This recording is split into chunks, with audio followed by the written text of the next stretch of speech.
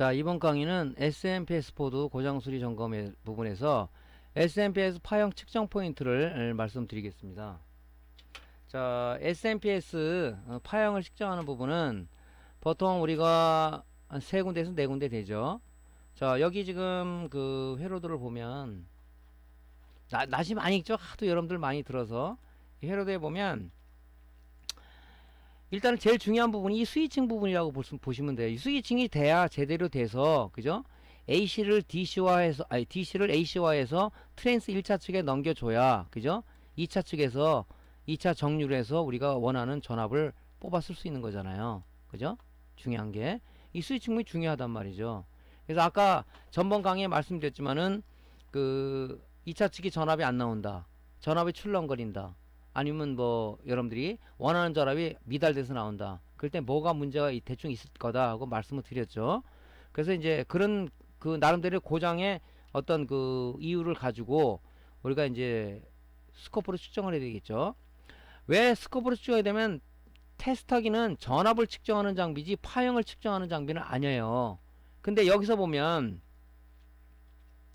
이 PWM은 이 스위칭이라든가 이런 발진이 나와요. 이 발진이 왜곡됐는지 정상인지를 봐야 되는 게 중요하죠. 물론 얘가 테스트하고 저연저항 측정해서 불량을 측정할 수 있지만 그게 약간의 뭐 진행성 불량이다 그러면은 판단하기 좀 어려운 부분도 있어요. 그래서 전자 소자 중에서 발진을 하는 소자들, 특히 무슨 뭐 발진하는 소자 많잖아요. 뭐 크리스탈이라든가 PWM이라든가 또 아니면 이제 FET에서 스위칭하면서 나은데 출력되는 그런 파형을 우리가 봐야 된다는 얘기죠.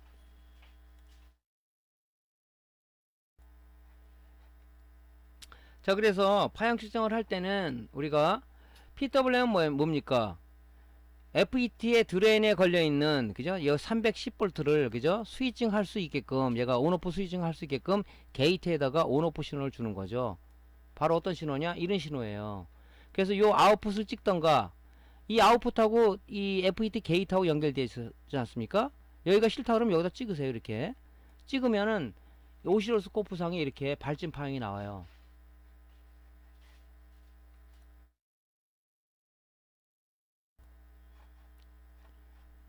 발진 파형이 이렇게 나옵니다. 나오는데 보면 여기 지금 보니까 온타임이죠. 이거 온타임.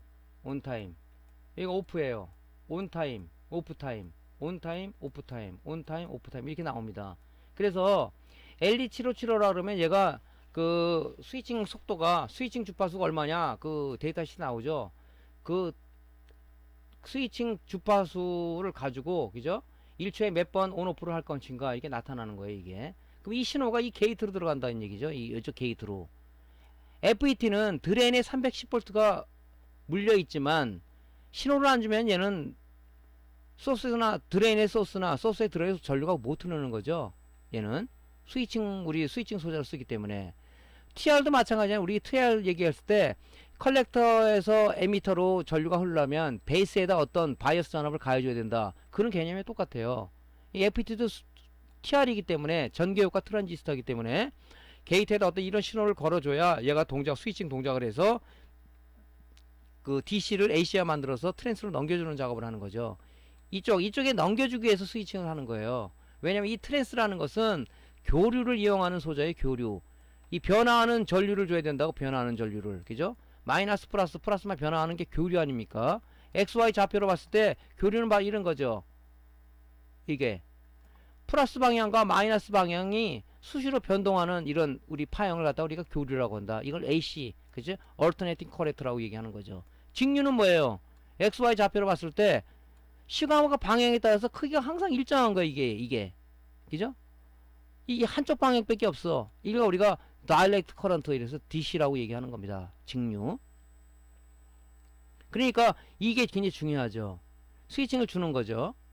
그러면 자, 스위칭을 줬으면 여기서 이제 얘가 여기 DC가 걸려 있지만은 스위칭을 하면 이게 교류로 바뀐다 그랬죠.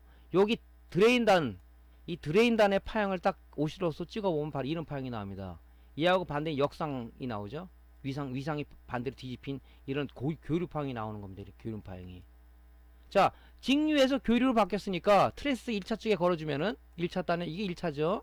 1차 단에 걸어주면은 변화하는 전류를 줬기 때문에 변화하는 신호를 줬기 때문에 그죠? 이쪽에서 상호 인덕턴스 이쪽으로 넘어가는 거죠. 그럼 여기 지금 쇼트키 다이오드 입력단을 우리가 한번 측정을 해봐. 이게 왜 안 나오지? 그러면 요 단을 여기 입력단을 찍어보면 마찬가지로 이런 교류 파형이 나온다고요. 이게 트랜스 1차에서 교류를 걸어주면 상호 인덕턴 2차 쪽에 교류가 나오겠죠. 당연히 이런 파형이 나오겠죠. 아, 이상이 없구나. 근데 파형이 이게 아니라 무슨 뭐 이렇게 나왔다가 뭐 이렇게 나왔다가 뭐 이렇게 나왔다가 이건 왜곡된 파형이죠. 이 정상적인 파형들을 여러분들이 머릿속에 기억을 하고 있어야 돼요. 그러고 나서 이제 여기 이 파형이 왜곡됐다? 안 된다?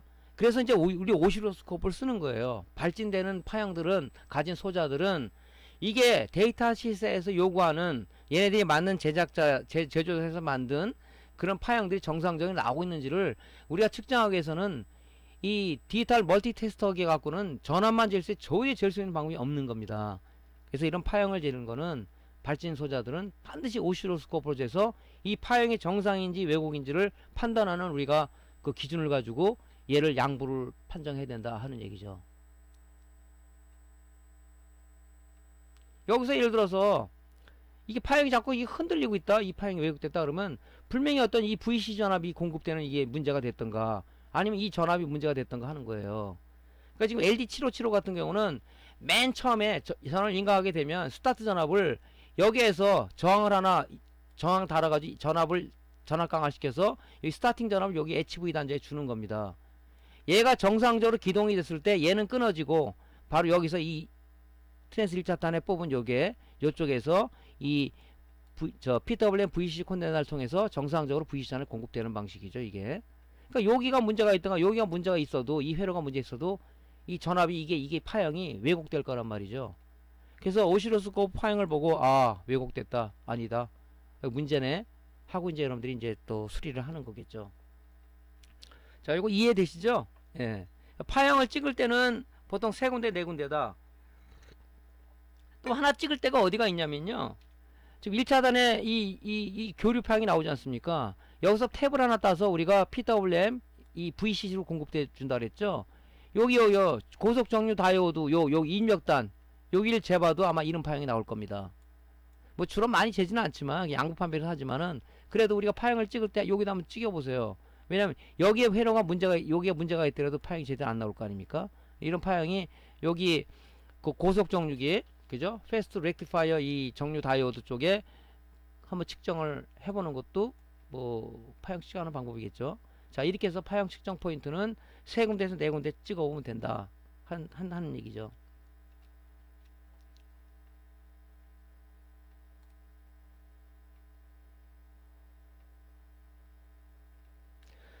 자, SMPS를 전원을 인가한 상태에서 측정 시 주의할 사항은 뭐냐면 이 1차 측과 2차 측 그라운드가 틀리니까 주의해야 된다는 얘기죠. 주의해야 된다. 아까도 말씀드렸죠. 자, 전원이 인가 안 된 상황에서는 뭐 그 전기가 안 되는 문제 있지만 전기가 인가한 상황에서는 조심하셔야 돼요. 자, 1차 측 그라운드는 어디라고 그랬죠?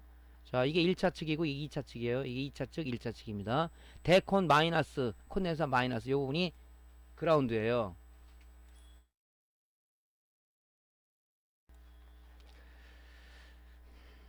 자, 그럼 2차 측 그라운드는 어디냐? 2차 측 그라운드는 여러분이 편하게 생각하세요. 그냥 요 나사 박는 요 부분이나 그냥 편하게 2차 측 콘덴서 5V형 콘덴서나 12V 콘덴서 아무데나 마이너스 콘덴서 마이너스 쪽을 따서 2차 측 그라운드라고 보통 봅니다. 그래서 이렇게 하나 여러분이 색깔을 구분하세요. 1차단은 전기가 많이 들어간 거 빨간 선으로 한다든가 뭐 2차단은 좀 적으니까 파란 선이나 흰 선으로 한다든가 이런 식으로 이 그라운드 선을 이렇게 뽑아 놓으세요. 이렇게 측정할 때. 왜냐면 여기 이걸 리드선 안 뽑고 여기 되면 이 팁이 다 가지고 쇼트가 되는 경우도 있어요. 위험하니까.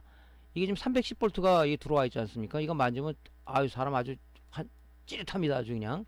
그러니까 여기다가 이렇게 리드선을 빼가지고 측정할 때는 여기 악어 클립을 물리게끔 이렇게 만드세요. 하나. 그렇게 측정하시면 되겠죠.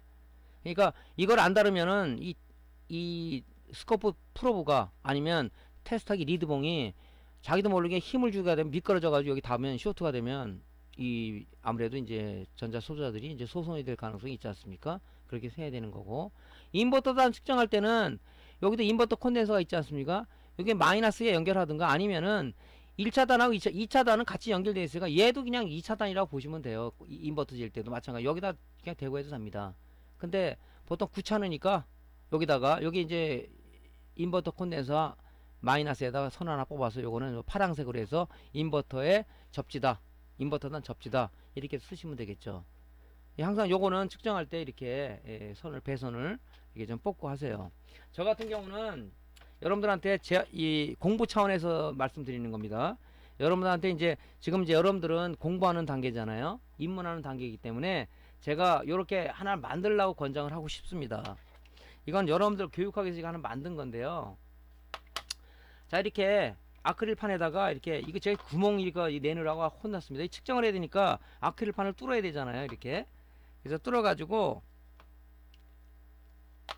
제가 이렇게 만들었어요.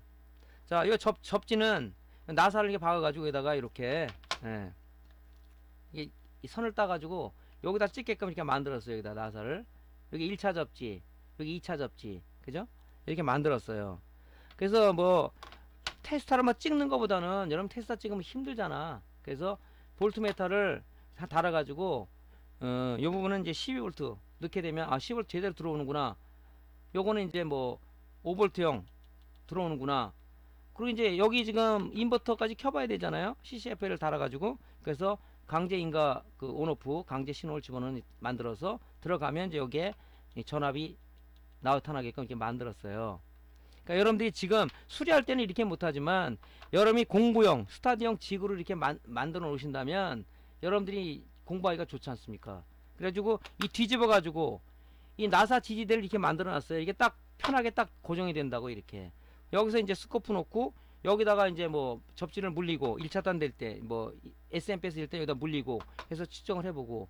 그래서 이건 정상적으로 동작되는 립스보드를 여러분들이 사서 이렇게 만들어서 계속 이 회로를 따라가 보고 측정해보고 해서 여러분들 데이터를 만들어 놔야 돼요. 그래야 자신감이 생긴다고요. 막상 이론은 다 했는데 수리다 보니까 막혀버려. 이런 걸 자꾸 안 만져서 그래요. 이렇게 만들어. 이렇게 저 같은 경우는 지금 이렇게 했잖아요. 요게 이제 1차단 접지, 그죠? 요게 2차단 접지, 이 보라색이. 요거는 이제 인버터단 접지를 해가지고 콘덴서 물렸고 여기다가 이렇게 좀 만들어 놓은 거잖아요. 그죠? 네, 보시면 여기다 물리면 되잖아요. 이렇게 볼까요? 이렇게 보면 여기가 인버터단 그라운드, 2차단 그라운드, 1차단 그라운드 이렇게 해가지고 일단 물려놓고, 그죠? 여기서 측정할 때 여기서 한번 재보고 PCB 회로 잰다? 뒤집어 가지고 여기서 이렇게 재보고, 그죠? 이런 식으로 이렇게 쭉 해서.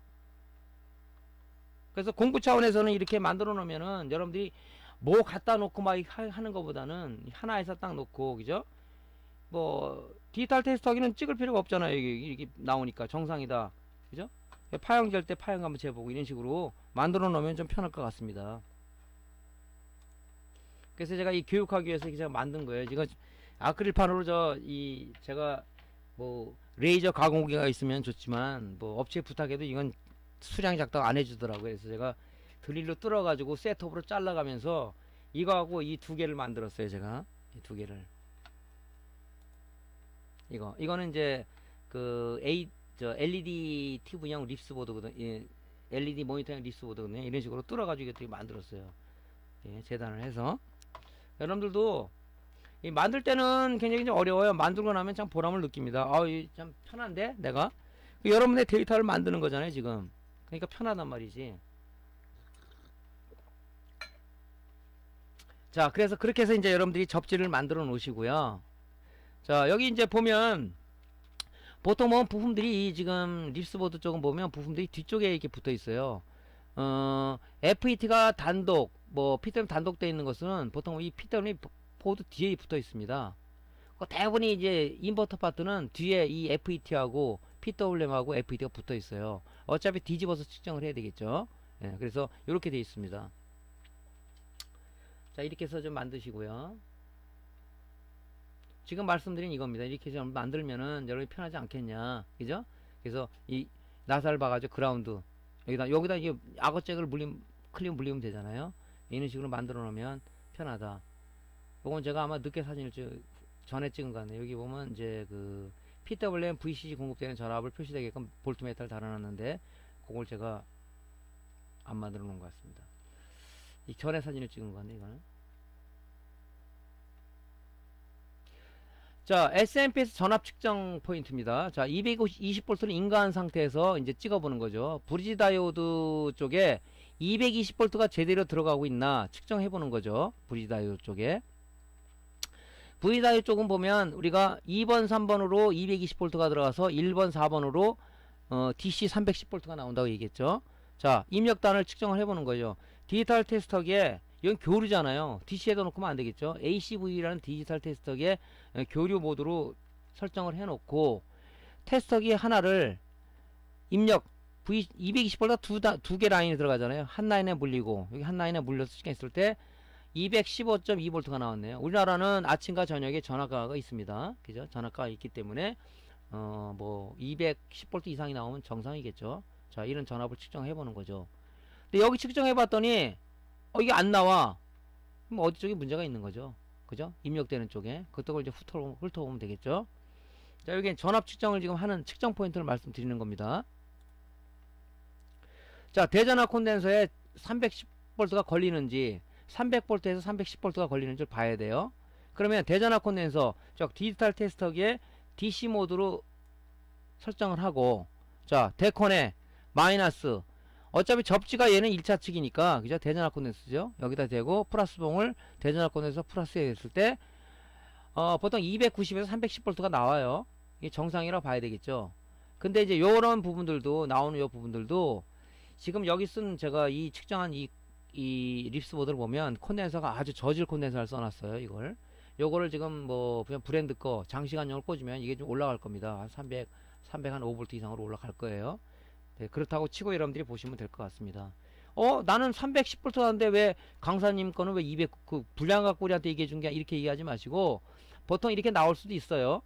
이 정도 범위만 나오더라도 2차 측은 큰 문제 없어요. 아까 제가 그 볼트메타 쪽에서 5V, 10V 나오는 거 보여드렸죠. 그 정도만 해도 각 장치들, 인버터라든가 AD보드는 동작을 합니다. 그래서 대전압 콘덴서 재는 건 어렵지 않겠죠. 이 전압이 예를 들어서 90V나 뭐 호버행시 120V가 나온다 그러면 이 대전압 콘덴서 용량 감퇴가 될 가능성이 크다. 그래서 이제 대전압 콘덴서를 떼어가지고 그 다기능 테스트라든가 아니면 캐피시턴스 메타라든가 고가 장비인 LCI 메타를 갖고 있는 분들은 요걸 측정을 해서 교체를 하시면 되겠죠.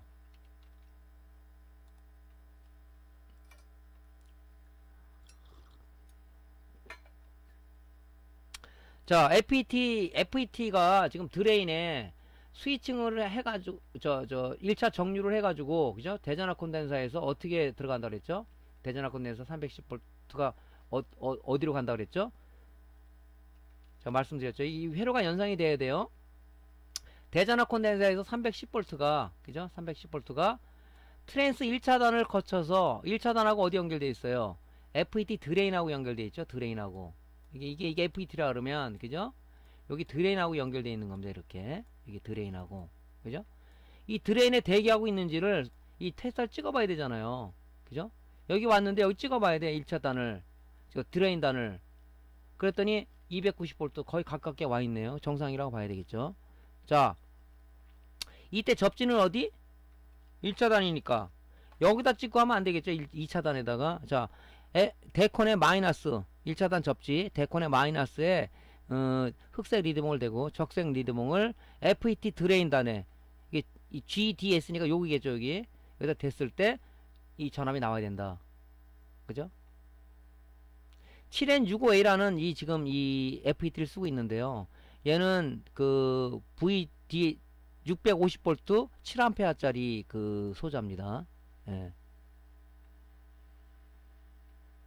VDS, 그죠? VDS. 제일 중요한 게 이거죠. VDS, 드레 ID, 이거죠. VDS가 650V, ID가 7A짜리예요. 그러니까 교체할 때도 7N65A가 없다 그러면 요걸 데이터시트를 찾아봐야 되겠죠. 그래서 VDS, 그죠? 드레인 소스 간 전압이 얼마인지, ID 전류가 얼마인지 요걸 봐서 650V 7A짜리 쓰든가 아니면 약간 좀 높아도 되겠죠. 그런 거를 대체품을 쓰시면 되겠습니다. 뭐 어렵지 않죠. 이거는 측정하는 것은. 그죠? 중요한 건 이거 1차 측 접지 이거를 머릿속에 항상 기억을 하세요. 자, 어떤 사람은 아 이거 그냥 여기다 대고 해도 될 것 같지 않아요? 다 접지 않아요? 아까 얘기해 줬잖아. 디지털 텍 부자 모드를 놓고 자 테스트봉을 하나를 갖다 여기 이 데콘에 마이너스 대고 테스트봉 하나를 갖다가 요쪽 그라운드 했을 때 이 부자음이 울리면 같은 회로라고 보는데 부자가 울리면 안 울립니다. 그렇다는 얘기는 뭐야? 접지가 틀리다는 얘기죠. 그렇게 검증을 해보세요. 제가 거짓말을 치는지. 뭐 의심을 많이 또 가져야 또 공부가 되는 거니까 이제 의구심을 가져야 실력은 느는 거죠. 아 그게 아닐 수도 있잖아. 뭐 이렇게 해야 또 늘 수 있는 거니까 항상 좀 의문점을 가지고 해야지 되겠죠. 자 아까 얘기한 이게 고속 정류 다이오드에 VCC 공급 전압될 때 제가 뭐라고 얘기했죠? 자 다시 또 그릴게요. 자 트랜스가 이게 1차단이 있고 이게 2차단이죠. 5V 10V 이게 1차단이에요. 여기에서 어디로 연결된다 그랬죠? FET 그죠? FET 드레인에 이게 연결되고 그죠? 또 여기 트랜스 1차단에 탭을 하나 따서 여기 하나 따서 여기서 뭐냐면 이게 고속 정류 다이오드를 통해서 제너 다이오드를 통해서 콘덴서를 통해서 그죠? VCC한테 공급된다 그랬죠. 여기 바로 고속 정류 다이오드 요겁니다. 요거 요놈이에요. 요거 제가 아까 그 여기 써놨네요. 고속 정류 다이오드. 그래서 요 부분도 우리가 고속 정류 다이오드 한번 측정을 해봐야 돼. 그죠? 요 입력단에다가 그죠? 플러스에서 마이너스를 넣으니까 입력단에다 측정했을 때 아까 그런 파형이 나와야 된다는 얘기죠. 그죠? 그래서 요 VCC 전압 할 때 여기도 한번 전압을 측정을 해보는 게 좋겠죠.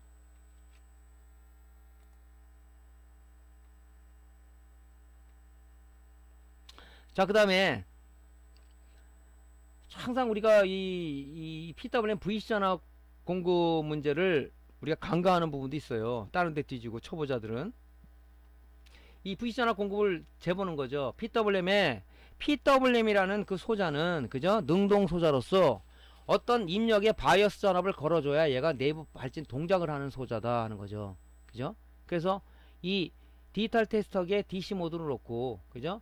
얘가 동작할 수 있는 구동 전압이 제대로 들어가나 살펴봐야 돼요. 13V 그죠? 미니멈 얼마에서 얼마라고 그랬죠? 얘는 정상적인 지금 공급이 되고 있는 거예요. 이게 이렇게 흔들린다? 10V, 5V, 뭐 8V, 13V 막 이건 문제가 있는 거죠. 이 회로 아까 탭을 따서 고속 정류 다이오드 콘덴서 통해서 들어가는데 뭐 콘덴서가 문제가 있던 뭐 제너 다이오드가 진행성 불량이던 또 뭐 고속 정류도 진행성 불량이던 간에 그런 문제가 생길 수가 있으니까 이게 전압을 측정해 봐야 되겠죠. 그죠? 디지털 테스터기 측정해 보면 파형이 직류 파형이 이렇게 돼 있잖아요. 이게 오르락 내리락 이렇게 합니다. 파형을 보면. 근데 제가 테스터가 갖고도 이 오르락 내리락 하는 게 보이니까 이게 전압을 재는 거지 파형을 측정하는 데가 아니잖아요, 지금. 그러니까 디지털 테스터기 충분하다는 거죠. 그래서 지금 여기 지금 다리 8발짜리 SOP 8핀짜리 그 PWM인데요. 요 밑에 1번, 2번 단자가 이 VCC예요. 여기다 측정하지 말라는 얘기죠. 이 TV 여기다 할 때 잘못하면 이 쇼트가 돼버려요. 얘랑 지금 이 VC 핀하고 연결된 얘랑 연결된 여기가 그죠? 얘랑 연결된 여기가 이 VC 단이에요. 그러니까 여기다가 대지 말고 요 핀과 연결된 회로를 따라가서 요거하고 핀하고 멀리 내는 걸 찍으라는 얘기죠. 보통 초보자들은 여기다 대고 하다가 이게 붙어가지고 쇼트가 돼서 얘가 나가는 경우도 있어요. 중요한 것은 뭐냐면 이 핀에다 대지 말고 얘하고 좀 멀리 떨어져 있는 요 회로와 연결된 부분을 갖다가 찍으면 안전빵이란 얘기죠. 넓잖아 여기. 근데 여기는 좀 간격이 좁아요. 핀과는. 잘못하다가 이게 뉘어가지고 이거 보면 테스트하기 보면 이 손이 흔들리거든요. 그때 여러분들이 쇼트가 돼서 이걸 갈아야 되는 불상사를 처리할 수가 있다 하니까 요거랑 연결된 회로에다가 찍으면은 나타납니다. 그래서 VC 전압 한번 재보고요. 이 전압 측정 포인트입니다. 그래서 이 VC 전압을 측정해 보면 지금 어떻게 되냐면은요. 이 VC 전압이 미니멈 11V에서 25V 사이에 들어가면 얘는 정상 구동을 한다고 이 데이터 시트에 표현되어 있어요. 그러면 11V에서 25V 사이니까 13V가 정상이라고 봐야 되겠죠. 그죠? 얘는 좀 가까이 한번 내가 찍어봤어요. 이렇게. 조심해야 된다는 얘기죠. 13V가 나왔잖아요. 그죠? 이게 전압이 이걸 데이터 보니까 이게 5V가 나온다. 그러면 얘가 문제가 있던가 PWM 소자가 문제가 있던가 아니면 이 공급해주는 그죠? VCC 하나 공급해주는 회로 쪽에 문제가 있던가 두 개를 살펴봐야 되는데, 일단은 PWM부터 한번 측정해보는 게 좋겠죠. 절연적을 측정해서 얘가 정상 소자인지를 한번 보는 것도 중요하겠죠. 그죠? 그래서 이 들어가는 캐패시터는 47 마이크로를 많이 쓴다 그랬죠. 얘는 최대 130kHz의 스위칭 주파수를 가지고 스위칭을 하는 거예요. 온과 오프 타임, 요게 1초에 13만 번, 킬로니까 1000이잖아요. 13만 번 이 스위칭 속도, 스위칭을 준다는 얘기죠.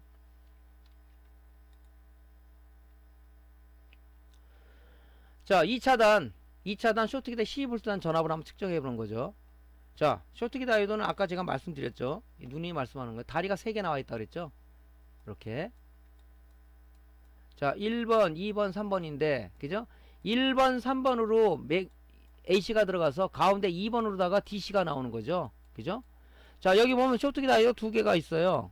12V형하고 5V가 있어요. 자, 12V는 인버터 가까운 쪽이 12V입니다. 인버터 먼 쪽이 얘가 5V예요. 그러니까 12V 가운데, 그죠? 접지는 2차 측이니까 어디라 그랬죠? 콘덴서 마이너스.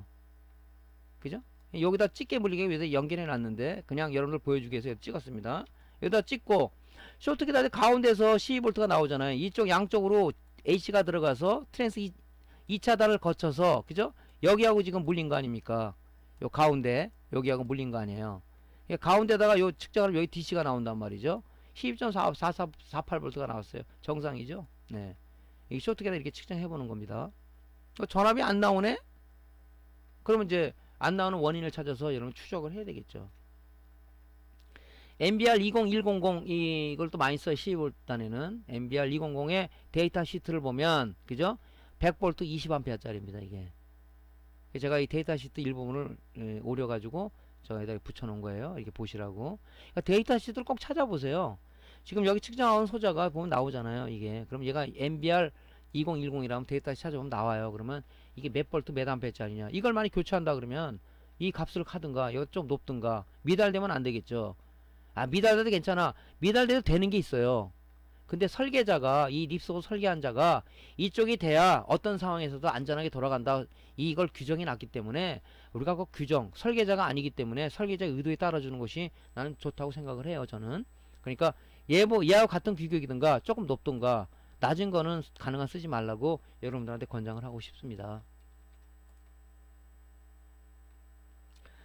자, 쇼트기 단데 5V라고 그랬죠. 인버터 쪽은 먼 쪽이 5V라고 그랬습니다. 보통 그렇게 돼 있어요, 구조가. 자, 접지에다가 하나 물리고요.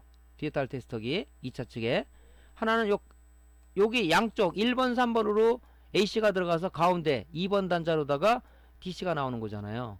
그죠? 4.98V 정상이라고 봐야 되겠죠. 예. 딱 5V 이렇게 나오는 거, 그런 건 없어요. 얘는 지금 뭐 썼냐면 MBR 10100이라서 이것도 많이 쓰는 지금 쇼트기 다이오드입니다. 얘는 100V 10A 짜리네요. 예. 그래서 이렇게 데이터 찾아오시면 되고 측정을 하면 되고, 이게 안 나온다? 그럼 뭐 1차단에서 뭐 발진을 안 하는가? 스위칭을 안 하는가? 얘가 지금 진행성 불량인가? 그죠? 왜냐면 다리가 3개가 나와 있지만, 그죠? 다리가 이렇게 3개가 이렇게 나와 있지만 다이오드가 두 개가 몰려 있는 거잖아요. 이렇게. 그죠? 이렇게 2개가 몰려 있는 거잖아요. 이렇게. 그러니까 얘가 진행성 불량이어서 이 전압이 제대로 안 나올 수가 있지. 그러니까 안 나온다 그러면 일단은 쇼트기다 양부 판별 해보고 이상이 없다 그러면, 아, 1차단에 뭐 좀 문제가 있는 건가? 또 1차단을 뒤지면 되겠죠. 그러니까 역으로 그죠? 역진을 해가지고 여러분들이 살펴보면 되겠죠. 어려워요? 저도 이게 일하면서 자료 만들고 또 이거를 또 여러분들한테 강의하고 나서는 별도로 다시 녹화를 합니다. 왜냐면은 제가 잘못된 부분이 있을까봐. 그래서 강의를 어떻게 보면 나 혼자 강의를 한번 하고요, 여러분들한테 강의 한번 2번 하는 거예요. 이 자료 만들고 하는 게 보통 어려운 일이 아니에요. 이게 사실은. 그러니까 이게 또 나름대로 어떤 그 의지나 투지가 없으면 못 하겠더라고요. 여러분들은 보면 간단하게 보는 거지만은 이 자료 준비하고 이렇게 하는 과정이 굉장히 힘듭니다. 그래서 하여튼 이런 좋은 기회가 있을 때 여러분들이 나름대로 자기 것을 만드는 게 중요하지 않나, 얘기를 다시 한번 강조드리고 싶어요. 저는 초년 시절에 진짜 이런 게 전혀 없었어요. 구글링에도 없고 책 사도 도저히 뭐 알맹이는 없고 뭐 내용도 없고 뭐 책만 두고 와가지고 갖다 처박아놓은 책이 지금 아마 창고에 한 50권 이상이 될 겁니다. 한 3장 보다가 도저히 모르겠더라고. 뭐 수학 공식 나오고. 근데 이 설계를 하려 그러면요, 이 회로의 어떤 진행 과정을 풀어나가기 위해서 이 수학 공식들이 많이 나와요. 근데 우린 그걸 생략하는 거예요. 설계자가 아니기 때문에. 그래서 뭐 얘가 전압을 저항을 다뤄줄 때 여기 뭐 분압 전항을 얼마 정도 다뤄줘야 되겠지, 계산을 해서 다 설계를 하는 거거든요. 그러니까 그 우리 지금 이 수리를 입문하는 사람이나 이런 그런 측면에서는 그런 게 필요가 사실 없죠. 그죠? 뭐 설계하는 사람이 아니기 때문에. 그게 굉장히 복잡하더라고. 그 제대로 된 책도 없고, 뭐 카페에 가입해서 뭐 가르쳐 달라면 전혀 뭐 알맹이는 없고, 조금 하다가 중간에 알맹이는 다 없어져 버리고 모르겠더라고요. 아는 사람한테 가르쳐 달래도 뭐 예스보다는 노 쪽이 많고. 그래서 안 되겠다 해서 저 혼자 독학을 참 많이 했어요. 독학을 많이 하다가 이제 나름대로 하다 보니까 경험도 생기고, 그래서 전에도 강의의 목적을 말씀드렸지만은, 이게 처음에 입문하는 사람들, 모르는 사람 얼마나 답답할까, 막 그런 생각을 너무 많이 했어요.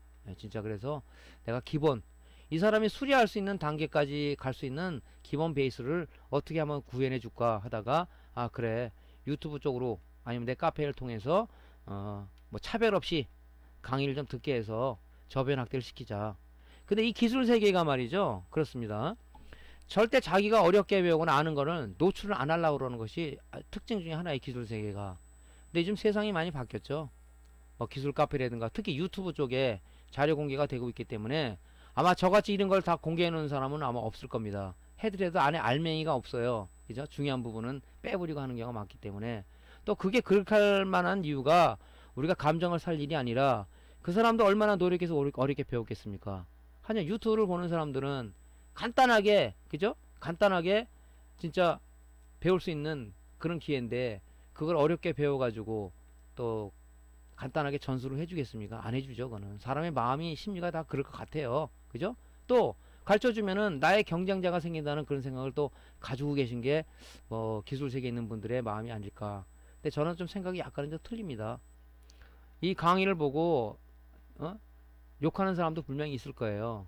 하지만 뭐 제가 하고자 하는 의지를 뭐 누가 뭐 꺾을 수는 없는 거고, 그래서 제가 여러분들한테 기본 베이스를 만들어주는 교육을 하는 건데, 이런 좋은 기회를 여러분들이 꼭 기회 삼아서 나름대로 실력을 배가 주시기를 다시 한번 당부드리겠습니다. 뭐 제 잘난 척한 것 같네요. 자, 그 다음에 이제 중요한 것은 출력이 이제 쇼트키 다이오드에서 출력이 나왔다 그러면, 쇼트키 다이오드 출력에서 2번 단자에서 우리가 LC 필터, 이제 평활회로라고 그러죠. 콘덴사와 코일과 콘덴사를 거쳐서 LC 필터를 거쳐서 비로소 이제 우리가 ADA 보드에 필요한 5V하고 인버터에 필요한 12V를 갖다 여기서 만들어내는 거죠. 그럼 2차단 한번 찍어봐야 되겠죠. 자, 뭐 2차단은 간단하잖아요. 콘덴사를 찍는 거니까 마이너스 봉을 콘덴서 마이너스 되고 플러스 찍었을 때 5V 이상이 나오면 정상이다. 이 정상이겠죠. 이 콘덴서가 보통 3개가 있는 게 있고 2개가 있는 게 있다 그랬죠. 왜냐면 이 쇼트키 다이오드를 거쳐서, 그죠? 여기 콘덴서가 하나 붙고, 그죠? 여기 코일, 그죠? 인덕터라고 그러죠? 붙어서 LC 필터를 거쳐서 여기서 증류가 나오는 거지 않습니까? 그러니까 2개니까 연관된 걸 찍으면 또 5V가 나올 거란 말이죠. 그래서 그게 나오나 한번 측정해 보는 것도 이왕 측정해 보면서 좋겠죠.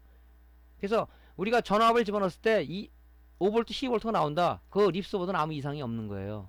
안 나온다 그러면 뭐 2차단 어디 인버터라든가 AD 보드에 문제가 있던가, 아니면 1차단에 어떤 문제가 있던가, 그렇게 해서 이제 감을 잡아서 역으로 추적에 들어가면 되겠죠. 자, 12V형도 마찬가지죠. 12V 콘덴서는 뭐라 그랬습니까? 인버터 가까운 쪽이 12V 쇼트키 다이오드와 12V 콘덴서라고 했죠. 요게 가깝잖아요. 요 부분이 이제 12V라고 보시면 돼요. 마이너스 콘덴서 마이너스 봉에 리드봉을 대고 콘덴서 플러스 리드봉을 댔을 때 12.49, 약간 좀 오버되는 경우도 있어요. 약간 미달되는 것도 있고, 그건 괜찮습니다. 옛날에는 이게요, 12V 아니 뭐 19V 나오는 것도 있었어요. 이게 이 고장이라고 수리하는데, 그게 아니라 옛날에 어느 메이커 S 사건은 그런 게 있었어요. 이게 부하를 걸어야 얘가 12V 정상에 떨어져. 글쎄 제 생각에는 여기에 그 안정화해주는 이런 회로가 좀 빠져서 얘가 오버되는 게 아니냐. 우리 옛날에 그 리니어 그 아답터, 면도기라든가 조그만 그 핸드형 청소기에 들어가는 그것은 SMPS 아답터가 아니라 리니어형 아답터라 그래가지고 안에 큰 그 트랜스 하나에다가 브리지 다이오드 하나 달고 그다음에 콘덴서 하나 달고 해갖고 12V나 9V를 뺏었었단 말이죠. 걔도 무부하 상태 되면요 12V가 18V, 19V가 나와버려요. 근데 부하를 연결하고 찍으면 12V가 나옵니다.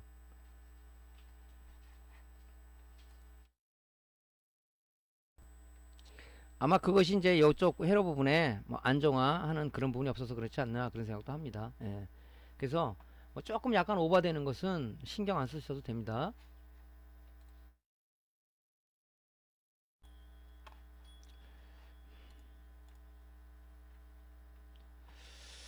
자, 지금까지는 립스보드 쪽에 파형 측정하는 방법, SMPS 쪽에 파형 전압 측정하는 방법을 알려드렸고요.